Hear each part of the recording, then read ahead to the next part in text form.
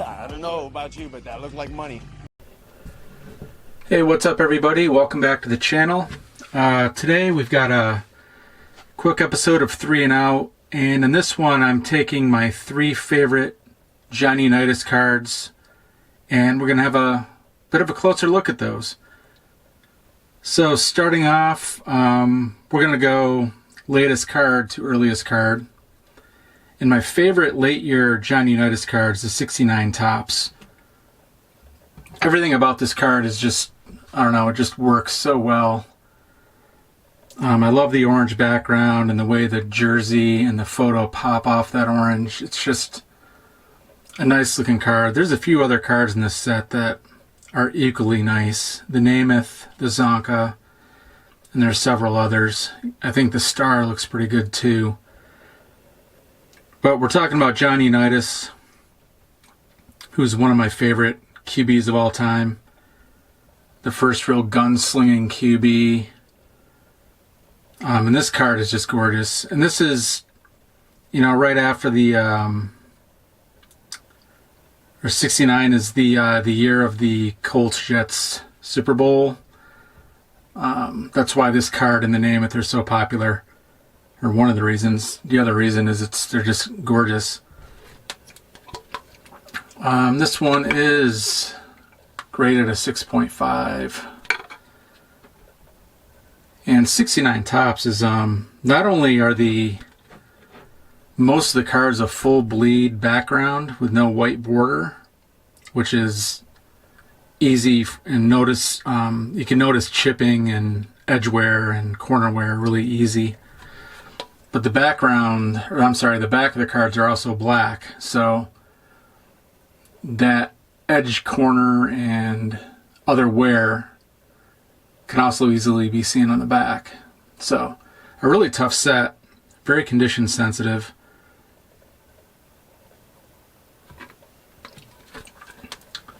But yeah, that's just a beautiful example of a Johnny Unitas card.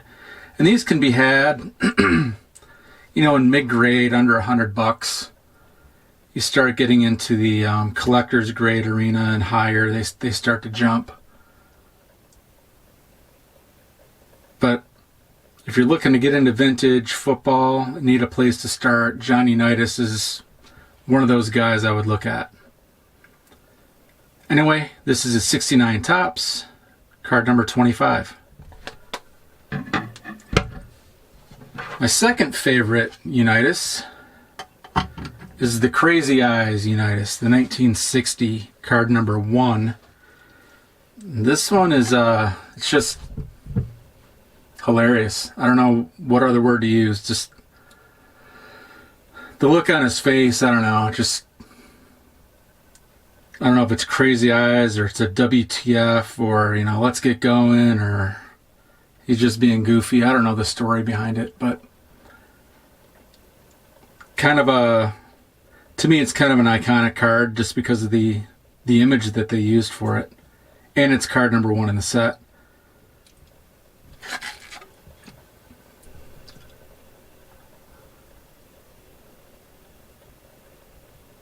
Looks like I got some it's a little warm in here today. So yeah, the backs of these are kind of like the 69 Topps. They're a full color back. These are like a forest green. And they can, you know, they show the corner wear. Come on, focus for me, will you?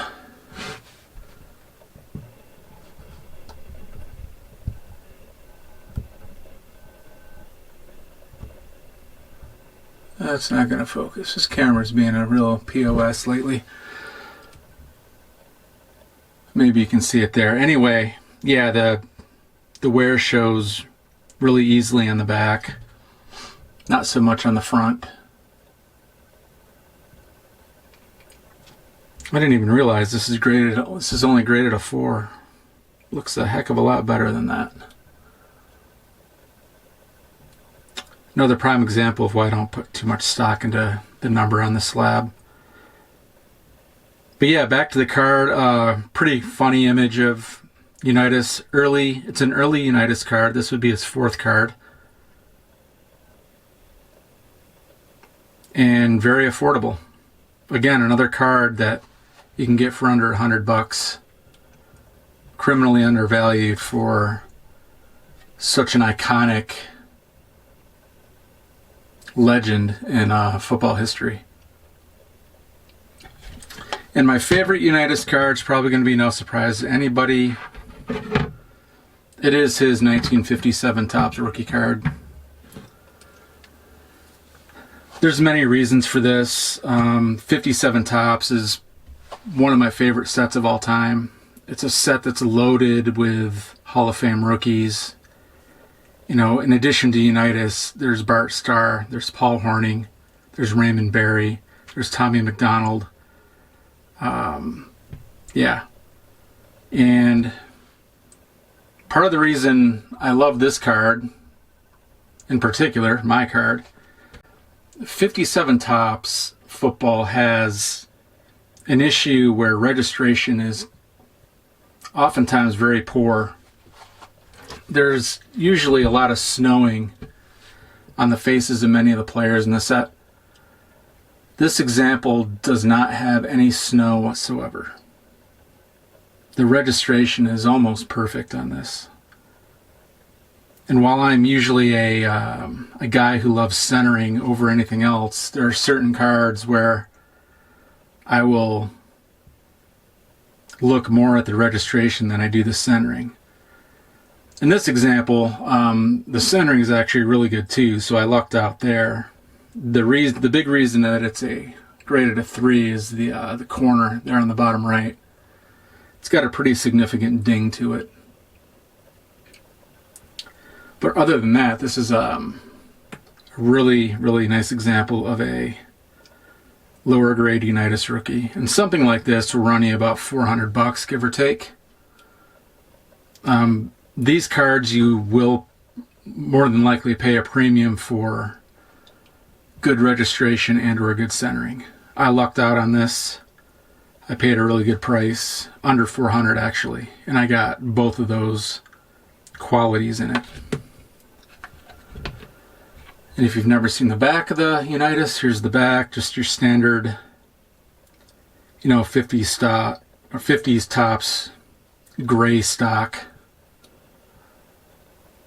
with some cartoons on there. I love cartoons on the back of cards. They're just make them so fun. So yeah, again, if you're new into vintage football, Johnny Unitas is one of the guys I would personally start my collection with if I'm just starting out. He's a legend. He's never going to be forgotten, overlooked, or anything like that. Unitas' name is still brought up today. Maybe not as much as it should because the NFL sucks at promoting the past, but everybody knows the name Unitas. There's only a few of those in football history from back in that time that people bring up the name and they know who they're talking about. Bart Starr's another one, Jim Brown's another one, Joe Namath. But there's only a handful of those guys, and Unitas is one of those. So yeah, there you have it. Those are my 3 favorite Johnny Unitas cards. What do you think? What are your favorites? Are they different? Around the same? Do you hate the 3 I picked? Do you love the 3 I picked? Let me know, and take care. We'll talk soon.